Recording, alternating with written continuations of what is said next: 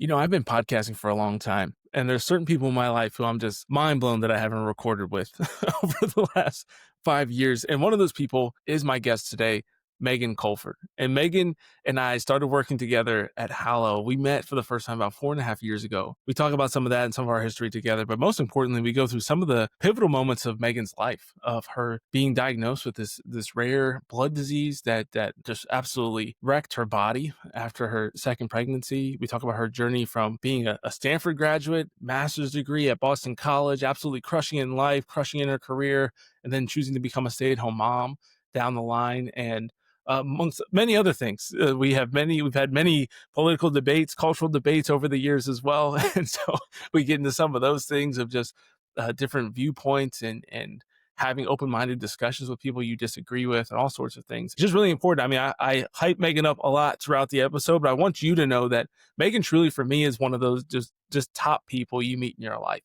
Just people that you look to, that's a friend of yours, the type of person that you hope to be to other people, right? That they meet you and they're inspired by the way you live your life. And what I think is so important about Megan, if there's, a group of 5 people that I could bring on to really exhibit seeking excellence out there in the world that prioritize physical excellence, mental excellence, spiritual excellence, you name it, emotional excellence, all these different things and that are successful out there in the world and successful in whatever they do, there's that kind of A player that they're going to succeed and thrive no matter what life throws at them. She's one of them, and she's just absolutely amazing. And so very blessed, very excited today to have had her on and had this great discussion with her. Before we get into today's episode, I want to take a second to invite you to join the Seeking Excellence online community. You can join us at seekingexcellence.locals.com.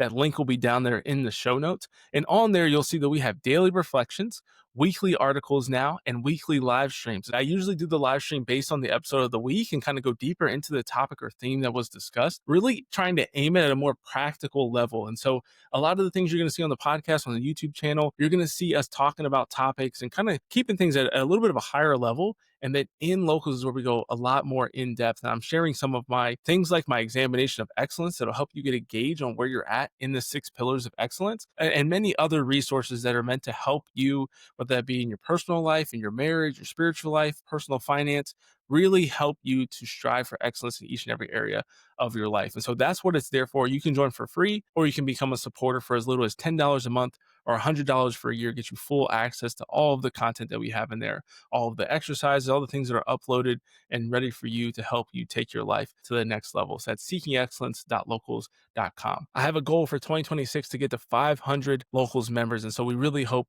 to see you over there. We can get some of this additional content. All right, without further ado, let's get to today's episode with my dear friend, Megan Colford.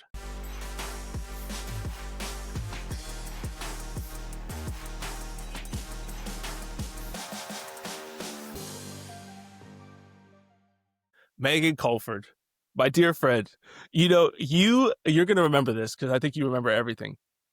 But I think how many years ago did we meet? 4 years ago, 4.5 years ago, around when we first met, you told me that typically in your life, you are too conservative for liberal people in your life and too liberal for a lot of conservative people in your life. And I want to know, first, I want to hear you explain kind of what that means to you. But then also, do you feel like that's still true today in a lot of your circles that you're running in? Oh my gosh, that's such a funny question because I was literally talking about this topic with my husband like 2 nights ago.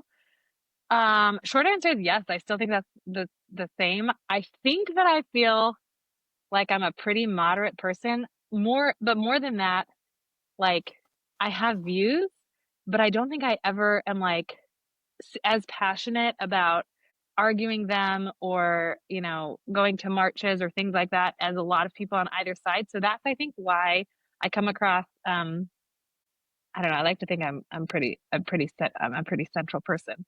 But it has been really interesting in my current life because my son just started kindergarten.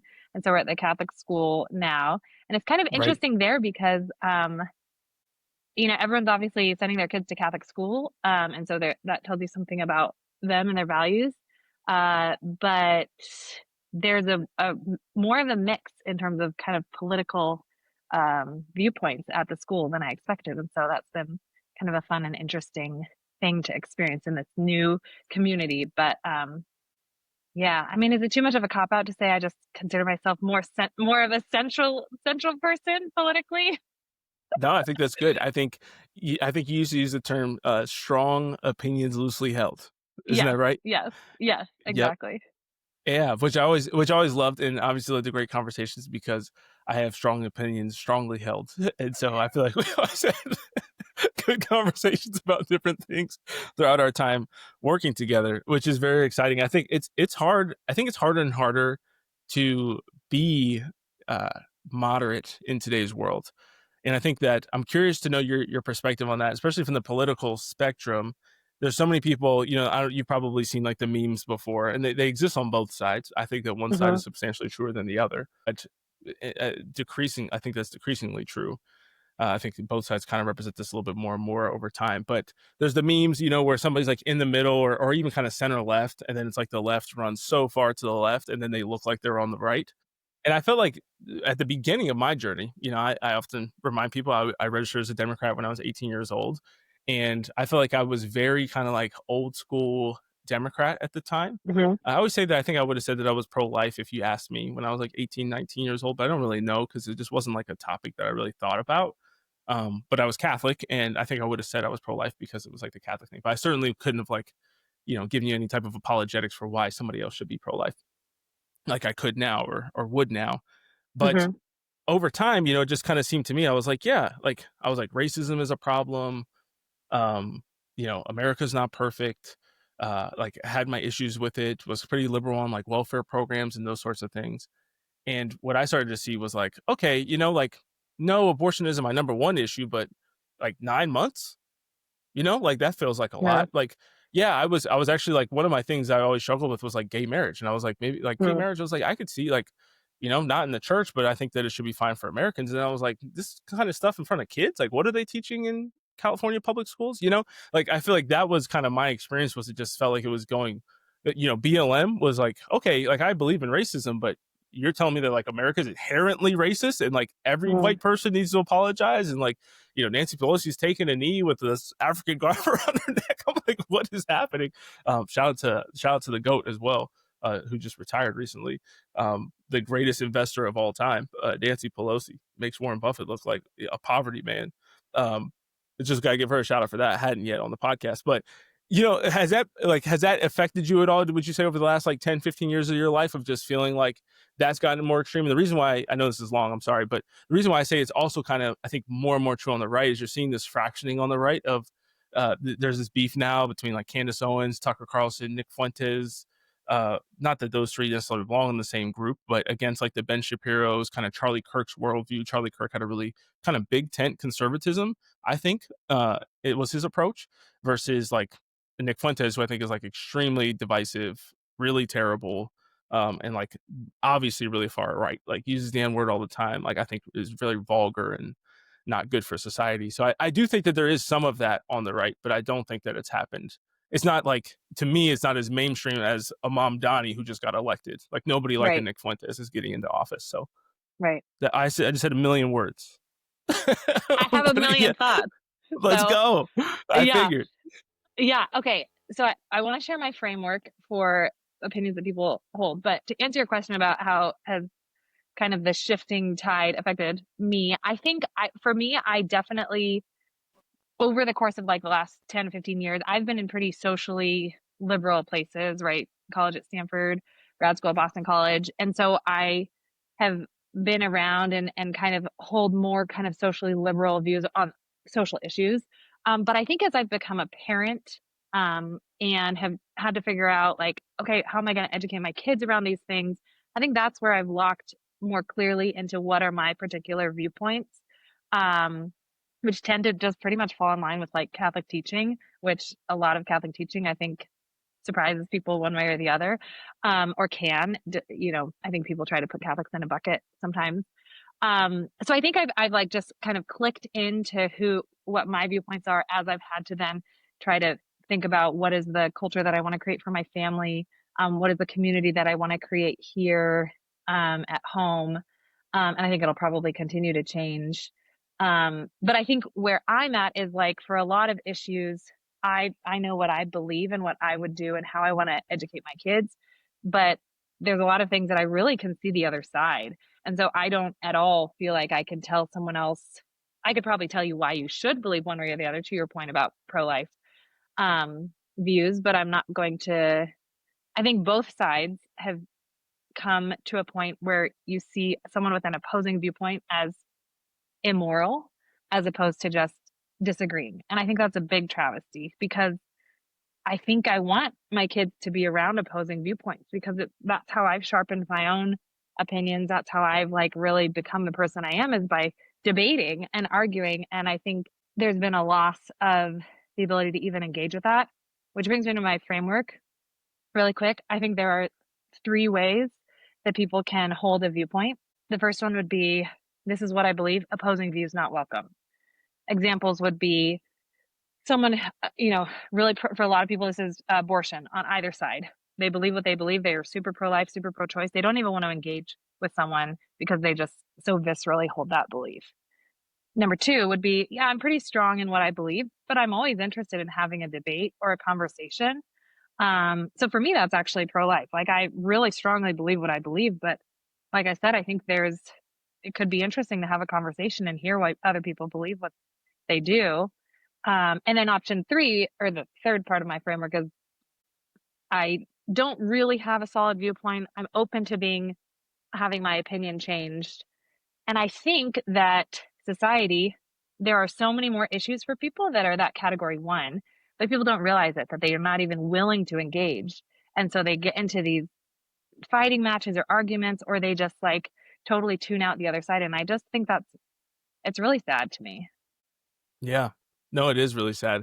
I think so many people have lost that, and I know for me, I've probably scared more people off in times of my life, especially when I was younger and a little bit more aggressive. Some people are probably like, "Wow, you think you're less aggressive now?" And I do think that I'm definitely more open to some opposing views than I feel like I was right after what I call kind of my conservative conversion, or my change of heart on a lot of political issues, which I think was more of being informed and actually making a statement on political issues. I think for most of my life, when I was becoming more conservative, I just never had voice. Like, oh, do you believe in like the Second Amendment or gun rights? And I never like really asked myself that question before. Like, what do you think about free speech? What do you think about some of these issues? Like, I think I was actually just discovering what I actually believe, which I think is a lot of people don't really know what they actually Yeah. believe. I believe that across the board. I especially believe that in some of my circles.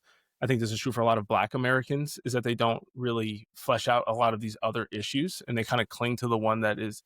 Democrats are really good. I think the left is really good at getting you to focus on like the thing that you feel most passionate about, and kind of making that like your main thing, and really blowing that up. Not that conservatives aren't as well, but I just think they have like they're really really good at it. I think that was true for me for a long time. But yeah, I like that. I think that the framework is really helpful to kind of see.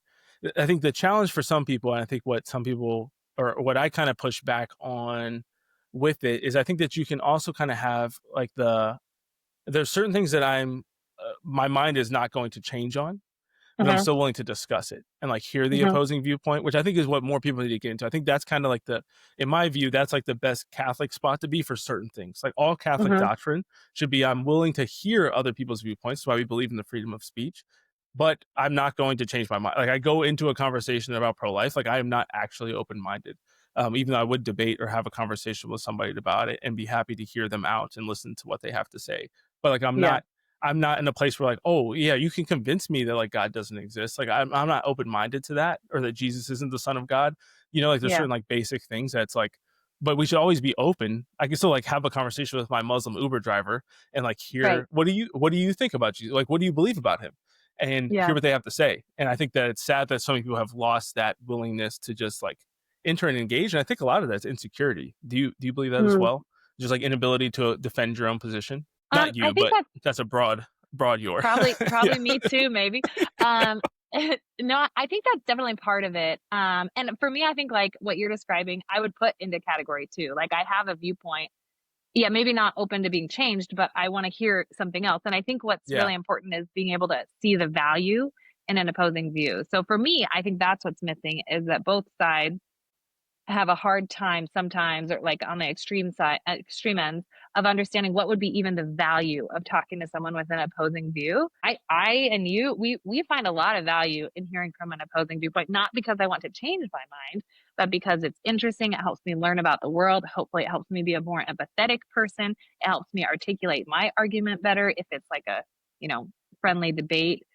So for me, I think it's actually the inability for people to do that is the fact that people don't see any value. And it goes Mhm. back to that moral piece. Like, if you have an opposing viewpoint of me, I'm gonna think that you're just wrong or dumb or don't have the right, you know, don't know right from wrong, which is pretty judgmental, and doesn't leave a lot of room for, you know, empathy. Yeah. I think it's kinda like this either evil or idiots, I think are like the 2 camps you Yeah. tend to put your Yeah. political opponents into, and Yeah. you see that a lot. It's one of my favorite things about my favorite guy who I talk about all the time is Patrick Bet-David, and he's one of my favorite persons to listen to on politics because I feel like he gets worked up about certain things, certain topics and discussions, but he's not like constantly angry. Like I kind of had to pull back from some of the Daily Wire guys. I think Michael Knowles still does a good job, but like Ben and Matt Walsh were just like constantly mad, and I was just like, I just can't be this mad all the time. And one thing that I think PBD does really well, even though I think he's a little bit less trained, especially than like a Knowles on theology, he is a practicing Christian. He believes in the faith, and he does a really good job of saying like, Stop calling people idiots." He's like, "I don't care what they believe or how far." He's like, "You just shut everything down when you just say these people are idiots, these people are dumb." And he'll get on the guys that he's doing the show with and be like, "Stop Mm, saying that because it's just not helpful to yeah. actually having a conversation, actually advancing what we're trying to do here." And I Hmm. think that that goes to that kind of evil or idiots dichotomy that is like everyone who disagrees with me is in one of these two camps. Yeah. I think I think that's exactly right. And it gets actually back. Matthew and I, my husband and I, were talking, like I said the other night, about kind of this, where do we fall on the political spectrum? And he made a really good point that for a lot of people, they're leading with emotion. Like, to your point, they're leading with anger or frustration or passion. And we need those people in the world, because those are the people who, you know, are going to fight one way or the other against what is wrong, or, you know, are going to, like, we need those passionate, angry people to make change when change is needed. But like, for me personally, I don't lead with emotion around like most political viewpoints. And so I think that's where people then see someone like me, who, again, I think I'm pretty moderate, but like, if I'm not leading with emotion, if I'm not outraged, but if I'm more able to just kind of think about it like, oh yeah, that I think that should probably not be the case, or I believe this, I think it comes across as maybe either uneducated, or you know, people think of me as like super conservative because I'm not outraged about this liberal thing, or super liberal because I'm not outraged about Planned Parenthood or something. But I'm not an outraged person in general. Yeah. Yeah, I think it's a good point. I just recently did a live stream and LinkedIn post talking about this tweet that I saw leading up to this past Sunday's gospel. This is going to be released months after this gospel came out, but we read this past Sunday as of our date of recording on the flipping of tables. And I was very determined, to my wife's unhappiness, on Saturday night to watch the episode of The Chosen because we were like right up to Yeah, it. And yeah. I was like, we have to watch this tonight. And of course, we go through all season 5, episode 1. We thought that was going to be it, and it wasn't. So I'm like, let's just Hmm. watch like 20 minutes of episode 2. And we get into it. And it's the last thing that happens in episode 2 of season 5. And so she was like, I'm going to bed, it's 10:30. And I'm like, this is the first moment of The Chosen I've watched without her. And she Hmm. was like, you're going to watch it. I'm like, you have the option to stay up. Hmm. I'm like, you don't have to go to bed, but I'm watching this. I said, I'll watch it again with you in the future. Anyways, we hear about this, and I saw this great tweet from this priest, so I love to follow, but I agree and disagree with this. But he said that everybody wants to flip tables, not enough people want to wash feet. Or he said nobody wants to wash Hmm. feet. And I thought it was this beautiful moment that immediately humbled me as somebody who's a very proud table flipper. And one of the great comments that I saw on LinkedIn about this was, it's good, and we need people, as you said, to go and flip tables. Jesus did it. Hmm. That's why I Hmm. think it's an important thing. And I think that my view on it is that you have people that love to do both sides and just like stick to one of those two lanes and aren't willing to flip tables when they ought to, and aren't willing to wash feet when they ought to, aren't willing to humbly serve, but are willing to get angry, that aren't willing to get angry, but are willing to humbly serve. And one of the best comments said that it's good to be someone who flips tables, but you can't be going around looking for tables to flip. And I was Mm, like, mm. dude, that's some heat. Ooh, And I I was just like like, man, that. that's Yeah. such a good way to look at it, is that you can't be going around just constantly looking for tables to flip. I think in a similar way, you can say that as Christians, we should be kind of going around looking for feet to wash, but you could also like do a lot of damage, I think, to your family to Hmm. an extent if you just always go around with open arms to every single person you see on the street, and trusting your kids everywhere, just like constantly being open to everything in the world. Like I do think we kind of live in a time where you have to be somewhat protective, which I think brings you back to one of your things you brought up earlier, which I'm curious to know your kind of parenting philosophy on this. Mm. You talked about kind of not keeping, you didn't use these words, but I think kind of the theme is not keeping your kids in a bubble, protected from outside viewpoints and perspectives. Do you have a place where you think that you kind of draw the line on that? Like, is there a certain thing that you wouldn't want to expose them to, or ways that you can kind of you would expose them to the ideas, like contrary opinions, but you don't Hmm. necessarily want them being taught or whatever it might be? Hmm. Yeah, I mean, the obvious or the thing that immediately comes to mind for me is everything LGBTQ, because I think they live in a world where the reality is they're going to be around people who are in same-sex relationships, same-sex marriages, probably have friends whose parents are the same sex. Like it's part of the world that we live in, and so I want them first and foremost to treat those people with love and respect. I think that's what I'm called to do as a mom. That being said, I think developmentally kids don't understand gray area. They don't understand at a young age. Like you have young kids. Like they want to Mhm. categorize things. They want to say I'm a boy or I'm a girl because I have long hair or short hair or whatever. Like they're constantly categorizing things. And so I think it's a disservice actually like intellectually to try to explain some really complicated things to kids like drag or just anything in the world of LGBTQ that I think has a lot of nuance and probably deserves a little bit more understanding in order to kind of clarify. I just don't think kids are ready to be in that gray area until much older than, elementary age. Much earlier than 4. Yeah, Yeah. I think it's exactly right. And it's one of those things that for me, hearing about the things and seeing people get outraged about stuff that's getting taught in elementary schools or preschool and stuff is really interesting because I felt like, I had a lot of nieces and nephews and stuff growing up, but it's not until really you're raising your own that you really start to see just how fragile it is. Like their understanding of the world is to an extent. And Hmm. when I see Jordan, this is like 6 months ago when he's starting to say like, "Daddy's a boy and Jordan's a boy, but mommy's a girl," and now he gets that, and he's, to your point, starting to categorize and can tell when someone's a man or a woman and those types of things. But it's interesting. Like he had those moments of like mama's a boy, of saying it wrongly, and we're trying to get him to like say, well, is Papa a boy? Is Uncle Jack a boy or a girl? And like Hmm. getting him to kind of understand that and how easy it is to get in there and just like mix all that up and just like add Hmm. more confusion to it because they do need those kind of simple frameworks in order to understand the world and to understand themselves, I think. And so, yeah, it makes it even more impactful for me to see and just really feel sorrow for a lot of the kids I think that are out there in places where in households where that's not being they're not being helped in that way, to really understand some of those things. A funny, a funny anecdote from this morning. We were, it's just like breakfast time. The baby Joseph is in the like little play area, and my 5-year-old James like goes over and plays with him. He says, "Mama, can boys marry boys?" And I was like, "Oh gosh, I don't have like my script ready for this. Like, is this like Monday morning where we're gonna start this?" I was like, "Oh, that's such an interesting question. Why do you ask that?" And he said, "Oh, well, because I want to marry Joseph." And I was like, "Okay, well, family members can't marry family members." And then Teresa was like, "Can girls marry girls? Because I want to marry you." And I think it just like they actually, and I think my kids are not alone. They are very interested in who they can marry because then James was like, "Can I marry someone I just met?"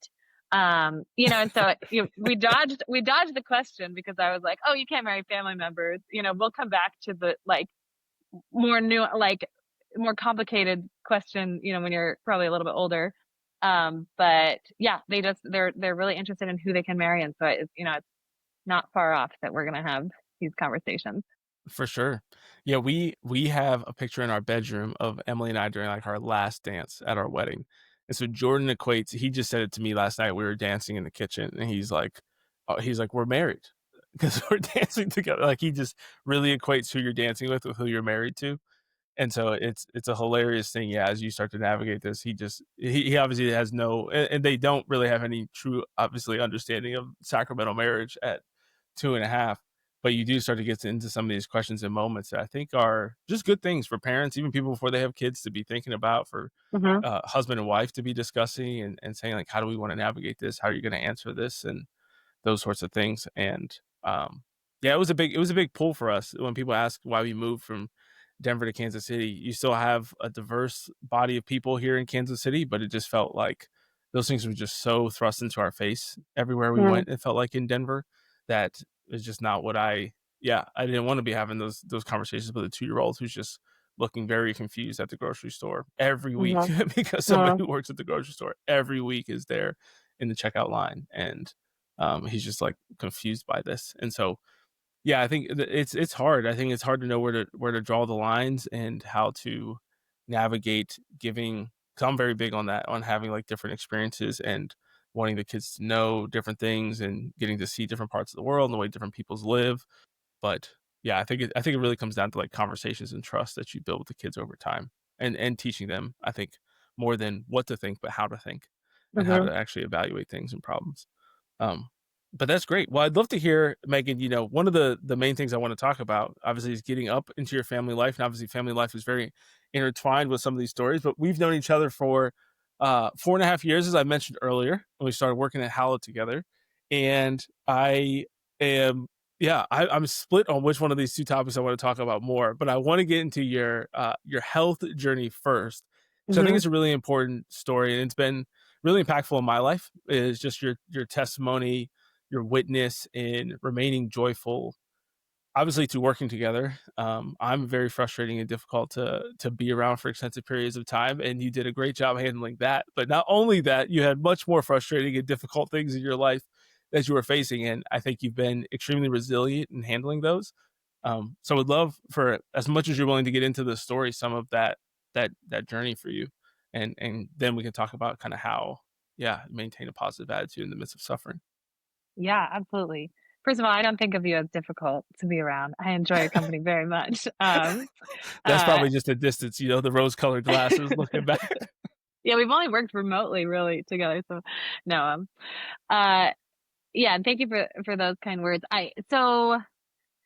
Yeah, so I mean, story about my health starts with my second pregnancy. So my daughter Teresa, she and my oldest are like 19 months apart.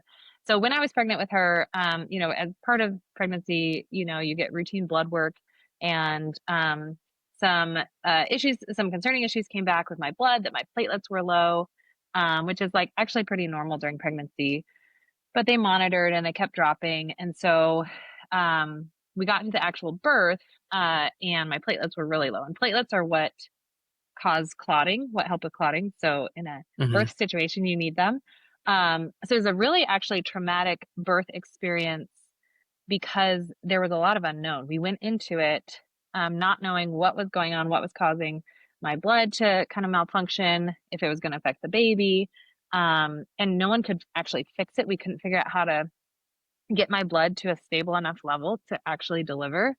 Um, I don't actually have a lot of trauma around that birth, but my husband does, because he was the one kind of on the sidelines, just like it was a lot of unknown. Eventually, they just transfused me with platelets so that I could deliver. The baby was fine. And a lot of things in pregnancy they assume are just going to kind of resolve once you deliver the baby. So we monitored, and um, there's a lot that happened in kind of the subsequent, I would say, 6 months, but essentially my blood jumped back up and then dropped slowly and steadily. Now, this is the time when I was working, I was on maternity leave and then working full time at Hallow. My husband was, um, finishing up grad school and starting his, next step in his career. We were moving back home to Boise. I had two kids under two, and all the time we were going into these doctor's appointments, just kind of monitoring, and everything with blood, you just have to monitor to see what the trend lines look like. I don't think I had any sense of how dire it was, because there was never anything acute that happened, but it ended up that I had something called aplastic anemia, which is when your bone marrow just kind of stops working. I call it like a cousin to cancer, but it's just not malignant, but it's in like the blood cancer family because it's treated very similarly. So I was exhausted. Like my red blood cells, which are what give you oxygen and energy, I was like running on fumes. I actually recently, because I had my milestone appointment with my oncologist, was reading back through my medical records, and I was shocked at how low my platelet levels were, my red blood cells. Like it was scary to read back and realize that I was running a household, working full time, had two kids, um, trying to support my husband and his journey. I just don't. I think I was just running on fumes, and to be honest, sadly, I don't remember a lot of my daughter's infancy. I just think my brain didn't like have the energy to like Yeah, write the grasp it. memories. Yeah, Yeah, seriously. exactly. Wow. Um, yeah, so we got the This diagnosis is why and you don't think that I'm difficult. You just don't remember. yeah, I just tuned it out, you That's know. right. Like, I don't even have the mental energy to deal with this man today, so No, no, and I mean, it was also like that experience, and I'll get into the transplant part of it, but Matthew and I, during that, we realized like going through a diagnosis experience is really challenging. And there are some, for anything, for cancer, for a bone issue, for dealing with your child, like there's this limbo. And I think until you've gone through like a medical diagnosis that takes months, you don't realize it is just all you think about and all you talk about. And Mhm, you feel just like arrested, like you can't do anything because you don't know what you can't, like you don't know what the options are. So I think we both felt like this is a universal experience that, I mean, I think a lot of people end up having much later in their 50s and 60s. Everyone is going to have to deal with some sort of medical issue, but we were dealing with this, in our late 20s or well, early 30s. Fortunately, so there's two treatments for aplastic anemia. You can go the kind of pharmacological, purely drug kind of, it's a little longer but less aggressive route, or you can get a bone marrow transplant. And I'm one of five children, happy Catholic family. And so we figured I had a pretty good odds of having a match from one of my siblings. Um, and then as part of like trying to figure out which treatment route we wanted to do, there were a lot of considerations because the transplant, you have to go through chemo, you have to be isolated for, it's kind of like a sledgehammer kind of situation. And so we were thinking a lot about like, we wanted to continue to have kids. Would we be able to after chemo, that sort of thing?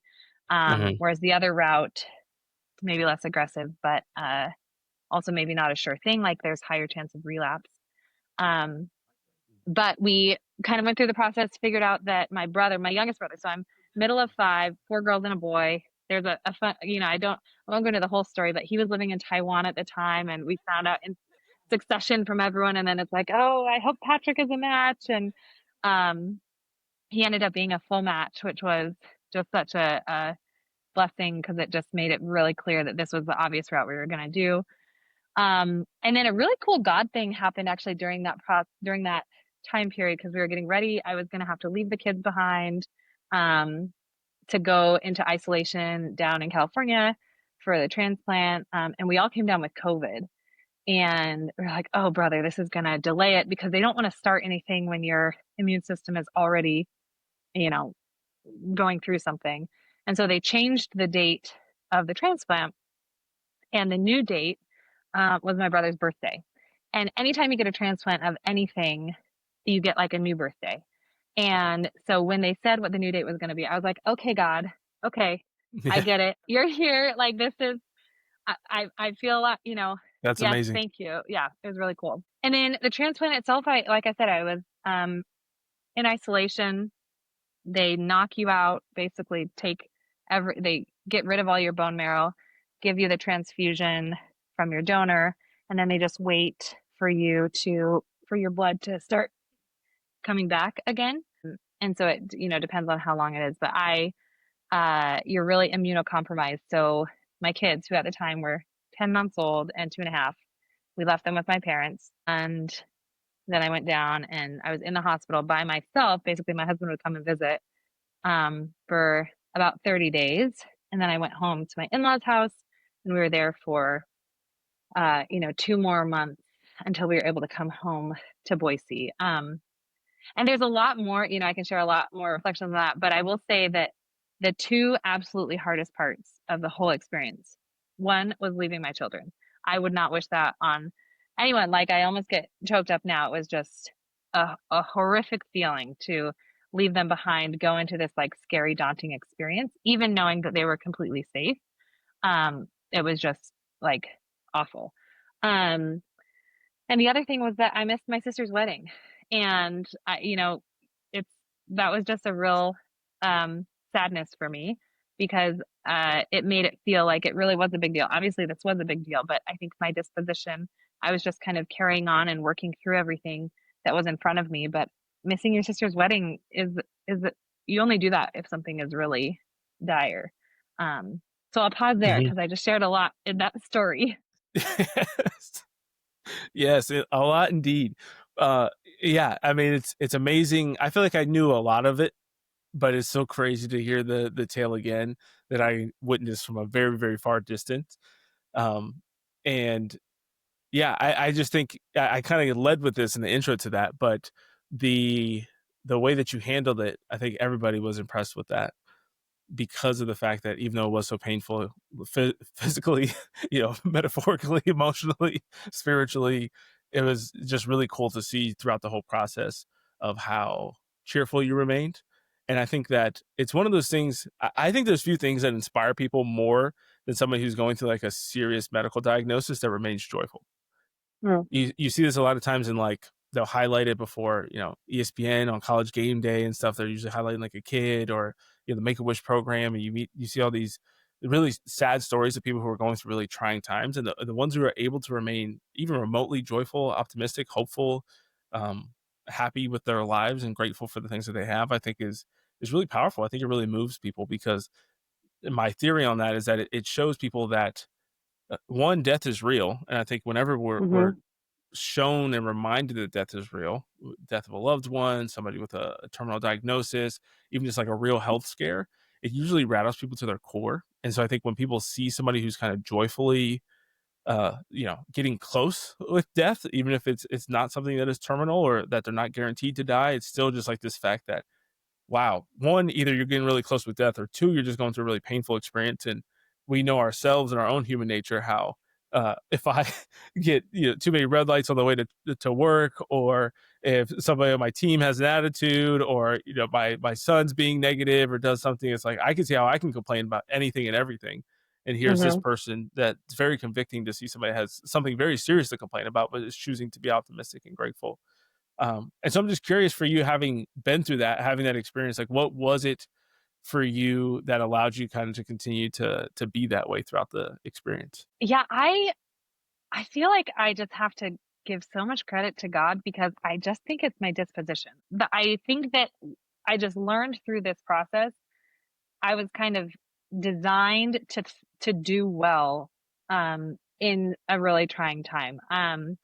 I didn't know that about myself. Obviously, this was kind of the hardest thing that I had gone through, but it just came very naturally to me. And I think at no part was it ever fake. I never was faking or just putting on a happy face for the people around me. I just felt, I think I just had such trust that things would work out. I say that like within a really crummy diagnosis, everything went right. And I think that that is just one part. I mean, so much of that is just God. We were just so protected during that time and taken care of. But I just think so much of it is the right attitude. And I think from a young age, I sort of decided, or maybe just became positive. And then I practiced a lot, and then that just comes really naturally to me. So I don't know. Is that kind of a cop out just to say, like, I think it's just who I am? Like, I don't know if cop out's the word that I would use. It is an answer. I think it's a full answer, no less. And I don't think I can disagree with it. I mean, I think truly, even as you were saying that, because I think it's so funny because I think that I think you exhibit humility in a really great way, and that I don't think you're excessively like self-deprecating. You know, Hmm. like you also wouldn't say you're as great as you actually are, but I do believe that Megan Colford thinks that she's great, and I think that you're right. So it's like I don't have any issue with that on like a humility front, but it's just like as you're Oh, talking about that, I'm like, yeah, I mean, you're. I've always described you this way as what I think like a top 1%er. You know, like one no. of my Well, favorite thank people you. I've ever known. I think of like Father James Hildebrand, my friend Ted Delacath, Megan Colford, like just like this top tier of human being that I've known in my life. And I do think that that's a huge part of it. But I still appreciate you kind of going back to when you were younger, choosing to have this attitude. Because I do believe, sure, there's a disposition to it. I think there's a natural side to it too. But I think what can give hope to other people and what I think is very real is at some point you still have to choose it. And I Hmm. believe, and I'm sure, yeah, and you can disagree with this if I'm wrong, but there still had to be times, even in the midst of that suffering, in the midst of being apart from the kids, in the midst of going through these trials and all of this that you're the uncertainty, the actual physical pain of it all, that you still had to choose that, right? Hmm. Like it's Hmm. still the choice is not just oh, I decided 20 years ago I was going to be happy all the time.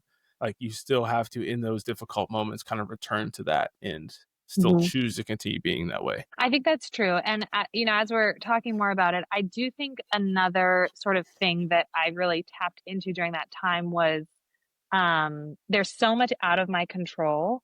What can I control? And obviously, attitude is a big part of that. But for example, in the hospital, you don't do much, right? You're just kind of waiting for your body to like heal after this transfusion. And at one point, they put like a checklist on the board of like, we want you to shower every day. We want you to get out of bed every day. We want you to do whatever. And I remember on like day two or something, I was like, I can do that. I can do a checklist. Like, I can't control much. I can't control when this takes, but I can create a schedule for myself. I can get up, I would have the same schedule every morning. I'd get up, make my coffee, do my prayers. Then I would like knit while I waited for the doctor to come in. Then I'd do my first mile of walking with my little, cart of products that was whatever at any given time, the fluid um, that I was attached to. And you could only go had to stay in the unit and wear a giant mask. But if I did like, you know, 20 laps, I could get a mile. So I think that there's this level for me of it wasn't that I was like trying to hold on so tightly to control because I just knew that so much of it was out of my control. But I said, here's what I can do. I can, um, FaceTime the kids every day. I can do my checklist. I can pray. And then everything beyond that, I think it helps give me a sense of peace that I was doing everything I could possibly do and the rest was out of my hands. So that I think was a big part of it too. Yeah, I think that's really big, and that is obviously a key to human happiness, fulfillment, joy is focusing on what you can control versus what you can't. And it is this interesting like oxymoron almost that I think because so many things get out of control in those medical emergencies, in those situations, it almost does really clarify what's within your control and what is not. And so Hmm. that's one of the beautiful things I think that come from some of those experiences is just having this very clear black and white. Okay, much of life is out of my control, which is true for all of us all of the time. And there is only a finite certain amount of things that are directly close to us that we can control, our attitude being one of them. And we often neglect those things we can control for worrying about spending mental energy, physical energy on the things that we can't, trying to control other people or circumstances that are far beyond our reach. Hmm. Hmm. Yeah, and Yeah. I'm not. I wouldn't say I'm like great at it now in my personal in my day to day life. I'm always worrying about something. But I think in that moment that was a strength that I drew on. Do you have anything specific now? This is something I talk about a lot when it comes to gratitude is I always say, and I bet you've felt something similar to this at one point in this medical journey. But whenever we were in ranger school, like the worst of times, one of the things we relied on or leaned on for some hope in the midst of that was wow, well, every day after this is going to be great, right? Like every day that I'm not in ranger school is just going to be amazing. I'm never going to have a bad Mhm. day again. And Mhm. I've told the story many times, but you have this moment, you talk about it all the time, and then you finally get to the last week before graduation, and they're kind of just like fattening you up, and you're kind of resting and just doing some like debriefing classes and stuff like that. And it was amazing to me. I'll never forget. There was a day where like we didn't have chocolate milk or something like that in the chow hall, and guys were like livid. They're just like totally pissed off. They're like, I just can't believe this, or they were missing, a couple different things, or we didn't have sausage for breakfast, whatever it was. But Right. they were already like mad and ungrateful and mad and pissed off about it. And I was like, it was very telling. It was a life lesson for me in that moment to say, we just 2 weeks ago were starving, depleted of all nutrition. Like Yeah. people's muscles are eating themselves. You have guys going through all kinds of stuff. We're suffering like we've never had before, sleep deprived. I'm like, now we're well rested, we're warm, we're dry, and we get to eat as much as we want. And already people are complaining. It hasn't taken, but an hour, but a few days to get back to this place. And so, yeah, do you have any type of practice that you try to remind yourself, or things that you kind of use to kind of trigger you to snap out of times where maybe you're ungrateful or getting a little negative? Mm. Um, well, we do, um, as a family, we do highlight, low light, and give a light every night at dinner, and I think it's just so important to do that, just like almost like a mini examine. I think there's not specific practices, but there are definitely triggers and there are definitely moments where I feel incredibly grateful. And one of those was actually getting pregnant with our third. Like I mentioned, one of the long tails of a bone marrow transplant can be infertility because you go through Hmm. chemo. And so we didn't know if we were going to be able to have more kids. We wanted more kids. We were also dealing with some late onset kind of anxiety and long tail of mental health from the Yeah, I was gonna experience. say just the trauma of the birth the previous time and all that. Yeah, and so we weren't sure, how were we gonna do as a couple getting pregnant again. And so when we got pregnant with Joseph, um, and his middle name is Patrick after my brother, he is just such a gift. I think of him in a way as like a miracle baby because he was just really kind of the last piece that that put us into the after of this experience, if that makes sense. Hmm. And I don't want to like tokenize my child, right? He's so much more than that. But that experience of getting pregnant, going through the pregnancy, and then giving birth and having a healthy baby, and like my body can do what it can do, and we're expecting our fourth again. So just like being I am grateful for my body every time. I still go and get my blood checked regularly because everyone is like not sure what even caused this. And every time I go to an appointment, I'm just so like, wow, how my body is an incredible feat. Like, is it like science that God created us this way, and then that like we have this science that can do this? I have moments like that. Yeah. Oh, I bet. Yeah, I think it's good to have those. I think triggers is the right word. I always it was kind of hard. This is a funny thing that this is my trigger that we moved to Denver where it like never rains, but the rain is always kind of one for me when I think Mm, back to Ranger School because those are always the most miserable times. It's one thing to be hungry, it's another thing to be cold, it's another thing to be tired. But when you're wet and it's cold, I just feel like it's just the worst, and you can't mhm, change, and you're just you're just soaked, and it just makes you cold down to like your bone. And so, like every time, especially when it's like pouring rain, I used to have this thought. It was easiest, obviously, for betting. We were still there in Georgia for a couple months after Ranger School. But you just see it pouring rain. You're like, somebody's out there. Somebody's out there training right now in this. Somebody's out there, in mhm. the mud. And I'm just grateful it's not me. I get to go Yeah, yeah. inside and be warm. And when it's windy, I get to stay inside. When it's cold, I don't have to go outside. And Oh, so, yeah, just bad weather is always the kind of the trigger for me to just kind of remember some of those things and be like, man, I'm really grateful for this. So oh, I love that's that. amazing. Well, I love obviously the beauty of motherhood, I think is really woven throughout that story. Mhm, And I told you right before this, I hadn't thought about this as like an episode title, but it might have to be the title from Stanford to Stay at Home Mom. I think it's a really it's got a really nice flow to it there. But I want to talk about this because I think this is something that you and I haven't even, I mean, because obviously you became a stay-at-home mom. And so that was a period in our life together, our friendship together, that we saw each other a lot less often after that, mhm, and still stay in touch, of course, but don't get the opportunity to talk as much as we used to. But it's something I haven't really like dove really deeply into with you. We talked about it a little bit. I feel like we talked about it a number of times, kind of like leading up to you making the decision here and there. But I'm really curious. One, because I think there's so many things I want to ask about in this in this topic. Of course, I want you to kind of give just like a general overview of you making that decision, but just laying out some of the groundwork of my perspective on it is I often think it's got to be most difficult for women who go to these, especially like prestigious schools. The reason why I like the from Stanford to stay at home mom thing is because I do believe it's much harder to go to Stanford or to an Ivy League school or to any like big school that's oriented at professional success after that. Mhm. They're usually very expensive too. I know a lot of people take on debt to go to some of these really expensive universities. Then if you're going to like a Franciscan or Benedictine, where it's kind of the culture, right? Like half the women Mhm. there want to be stay-at-home moms. Mhm. Versus when you typically don't go to a place like Stanford or to Yale or to something like that, and then be like, yeah, I'm doing this so that I can stay home with my children, hopefully in 2 years or 3 years or 5 or 10 years, whatever it is.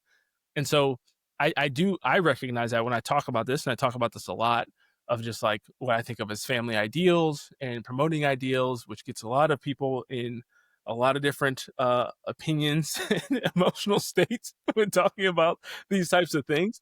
But I do genuinely believe that it's a lot harder for people like yourself. Not only going to Stanford, but the other thing, as I already called you a top 1%er in my life, I do believe it's also really difficult for women who are really good at work, because Mhm. some women I think who want to become I think you can become a really great stay-at-home mom as well. Like I think that a lot of what applies to being successful in the workplace applies to running a great household. Mhm. And so I Mhm. think that it's a great transition. But I do think that again, it has to be really, really difficult to be like, I crush it out in the world versus somebody who's like really not passionate, really doesn't enjoy working. Because you have that a lot of social media, they like want to be trad wives or whatever, or even women who are stay-at-home moms that are just like, I never want to work, I never wanted to do this, I can't believe all this stuff. And I think you were in the position of this like, these crosshairs in my mind of like the two most difficult ways to do it is to be like, on this trajectory of great success, crushing it, really good at what you're doing, and then to be like, okay, now I'm going to stay home, and then you're moderate nonetheless. And so really, it's this trifecta of three things that Oh, so I clearly think I'm made just it a hard crazy for decision. having made that decision, That's you know? right. Yeah. And so explain any semblance of sanity within you as you're Yeah. making this decision.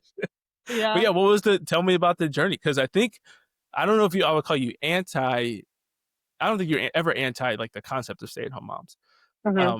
But I think that you, in your younger years, would be safe to say that like you never thought that you would do this. No, actually, I think in college or like in high school, I always thought that I would be a stay-at-home mom. It's funny you talk about Stanford Wow. though, because it there were moments at Stanford and in grad school where I was like, what's the point if I'm just gonna stay at home? And I think that's actually that's society saying like everything is a means to an end or like, you know, th- Sure. I think all of the experiences that I've had have just helped make me like who I am, whether that comes out in, my parenting or like I'm room mom and kindergarten classroom this year, right? Like there's little things, but I think no, I was really fortunate to have a stay-at-home mom growing up.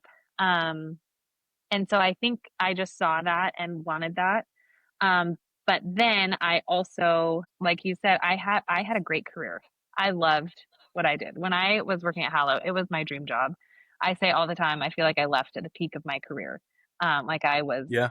crushing it, loving life, felt so fulfilled.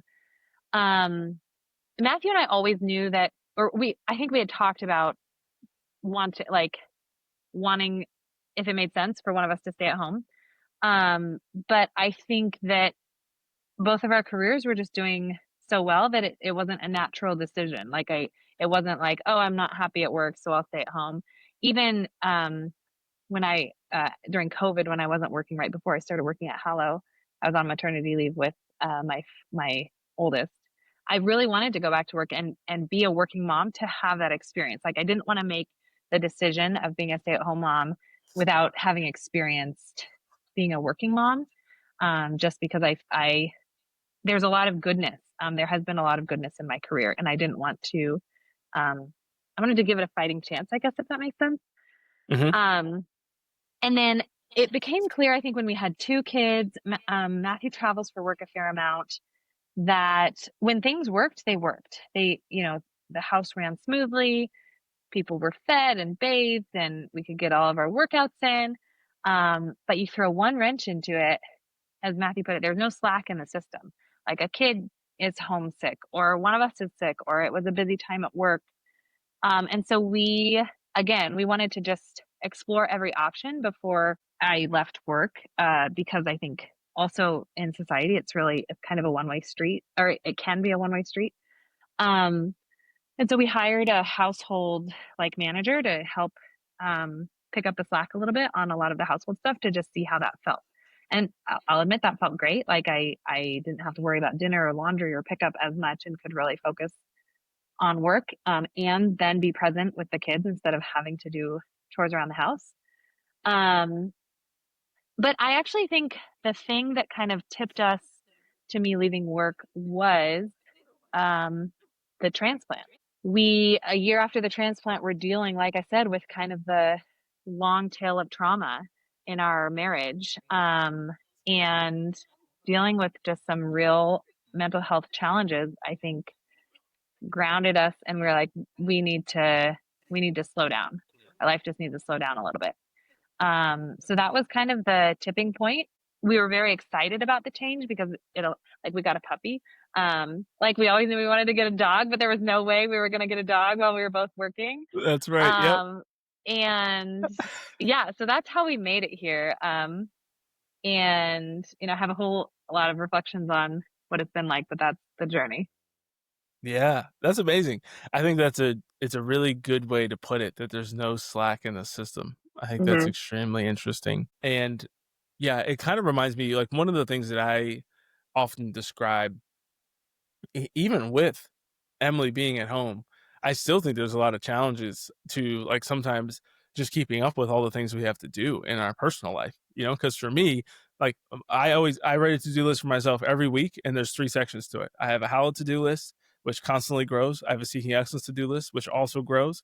And then I have a personal to-do list of things like organize the garage and get the lawn Hmm. fertilizer that we need. And I need to look into Yep. lawn care because we're trying to get a mowing service in, like these things I need to do with Jordan, or going to the gym and going to confession, and all these kind of just like personal life things. Hmm. And I think what I often say is, aside for me from the formation of the kids and the bond that they get to have with Emily from her being home, the second best thing is this additional leisure that I feel like we get as a family, because she Hmm. does get to handle a lot of those things while I'm at work. And so it's not like, I think when both parents are working for the most part, it's that you both go away and it's kind of like life there freezes for a time, Hmm. and then you come back and it resumes in the evening, right? It's like none of the personal stuff. Now we work remote, so we get to do a little bit more personal stuff throughout the day from time to time, right? It makes it a little bit easier if I need to pop over to CVS or the grocery store or Target or whatever like that. But even with that, it's still very limited. You get home and like none of the laundry's done.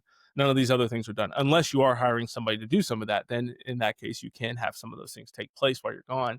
But I think that's really challenging, is to just kind of have this time freezes and then you get back and like time kind of resumes, versus this kind of just like continuation of that in one realm. But still, like I'm saying, it's still difficult sometimes. My mom is moving here to Kansas City here soon, Mm. and like we've really missed having the grandparents around because we used to have Yeah. both grandmothers.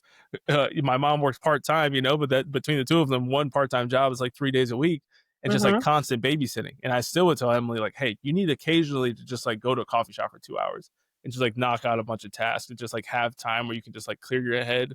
I always call it like working on the business, not in the business, right? Like we need to do Hmm. that. That's Hmm. like what quarterlies are for us at Hallow. I do it for Seeking Excellence from time to time, and you step back and you kind of think, how are things going? What direction are we heading in? Like, what processes do we need? What should we start doing? What should we stop doing?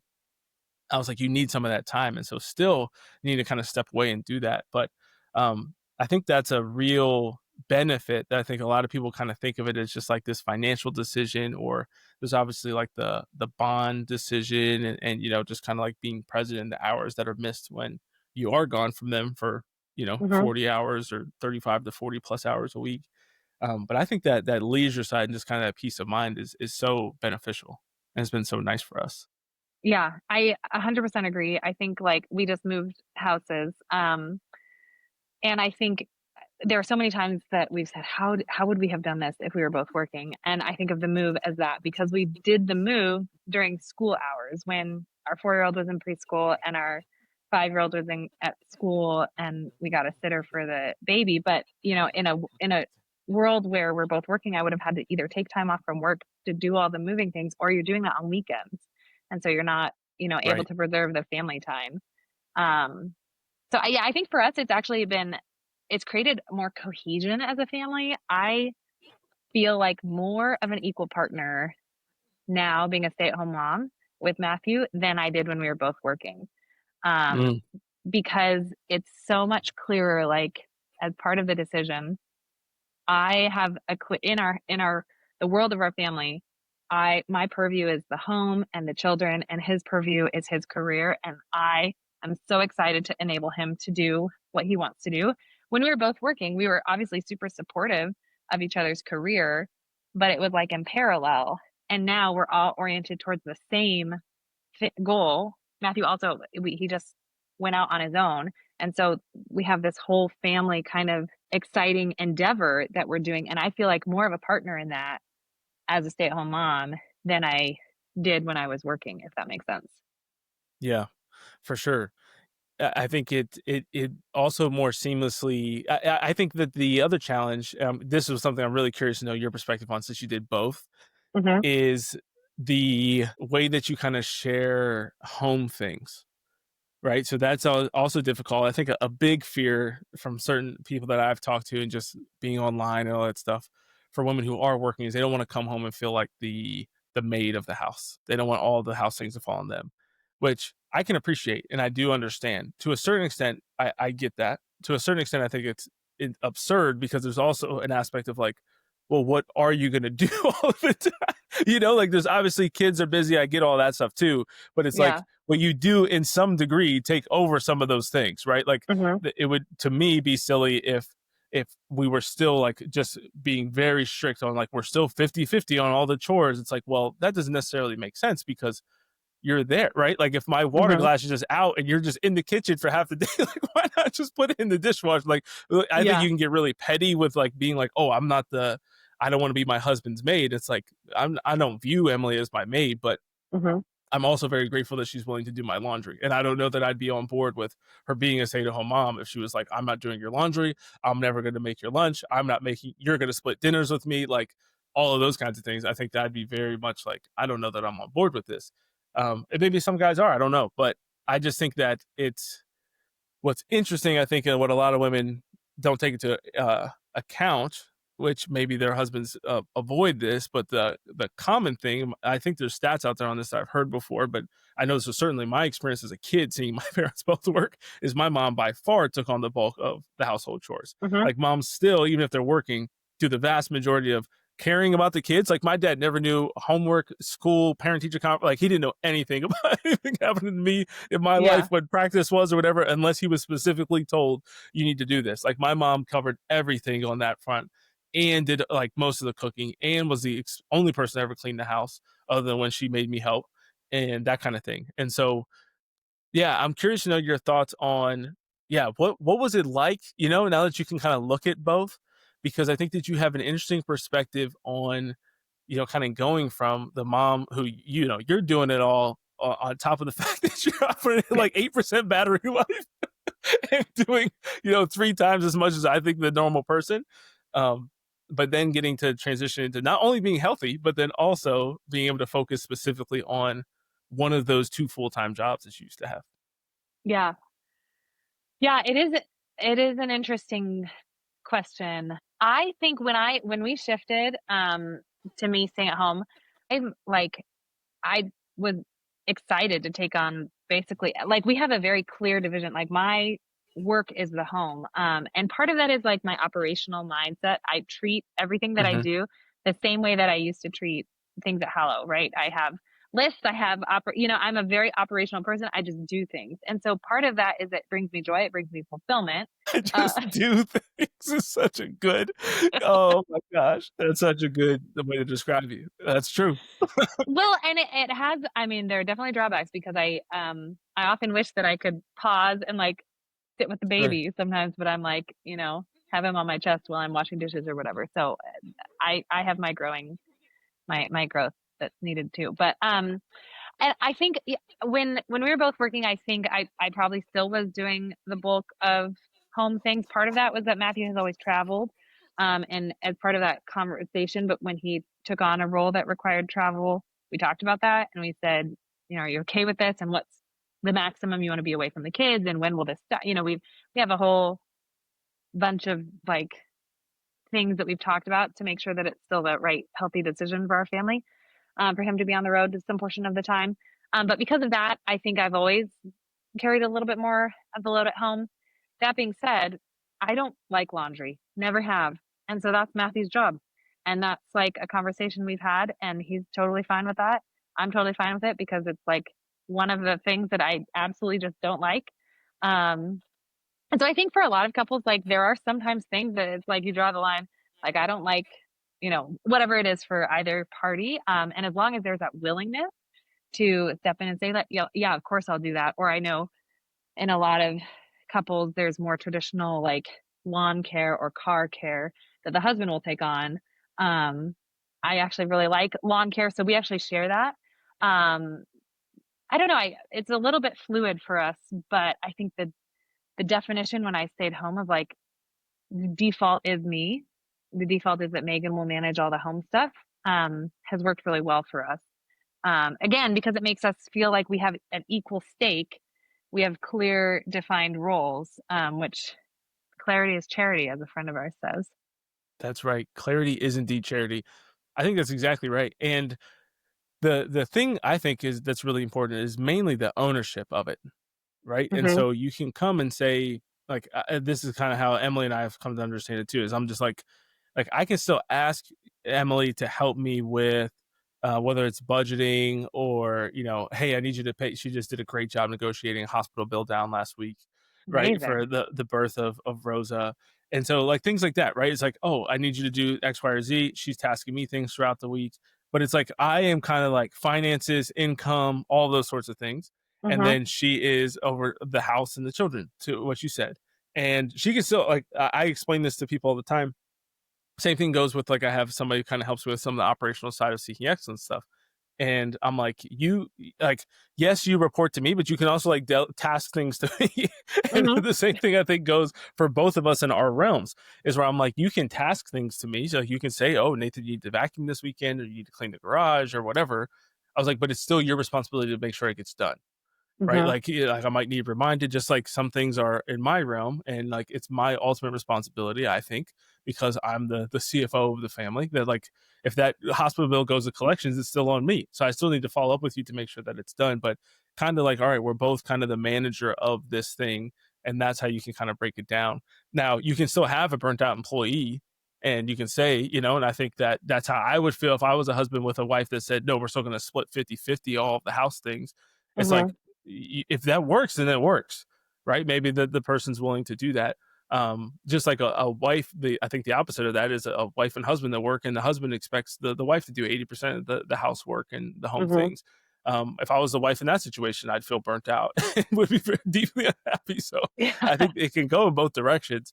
But I just think that you can find, okay, where's the amount that we feel like we both thrive in, right? And I think you got to get rid of that fair word, because you're both going to feel the thing that is interesting. I think kind of like oxymoron that exists here is you're talking about how you both feel like more empowered and cohesive, but at the same time, things feel like the least fair sometimes. Like I know Hmm. that can creep up in my mind when we're in periods like we just did with, buying a new house as well. We're spending a lot of money. It feels like, like you feel pretty careless when you're spending the money because you're not earning the money.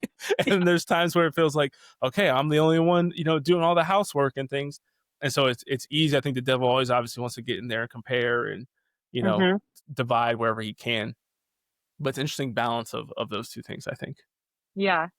I think that's so true. I think another kind of piece of that we've had to learn is my tendency is I want to do a lot of things together.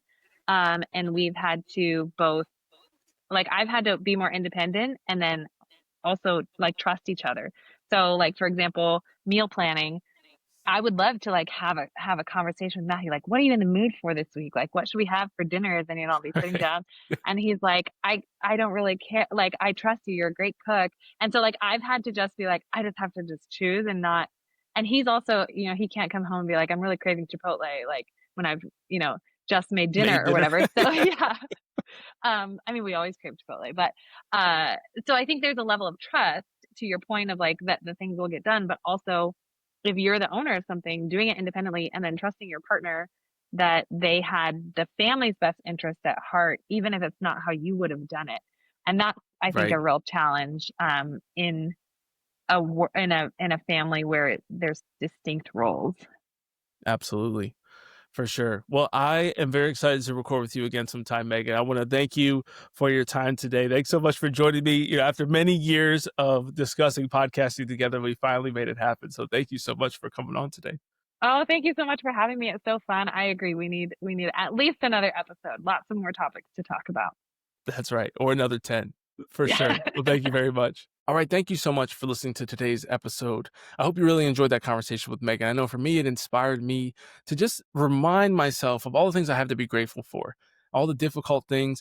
It reminded me of this great quote that I heard once. It said, "If you're healthy, you can have a million different problems. But the moment you get sick, the moment you lose your health, you really only have one problem, and you're focused on regaining your health." And that can be true for even the health of your children, any loved one. It has a unique way of really focusing us and helping us to remember what really matters the most in our lives. And so I encourage you today, just hearing that story and remembering the many people out there who are suffering, to offer up some prayers for them and just be grateful for what we do have. There's really nothing in life that's worth complaining about if we have our health, if we have our wellness, if we have good relationships with our loved ones and those sorts of things, a good relationship with God.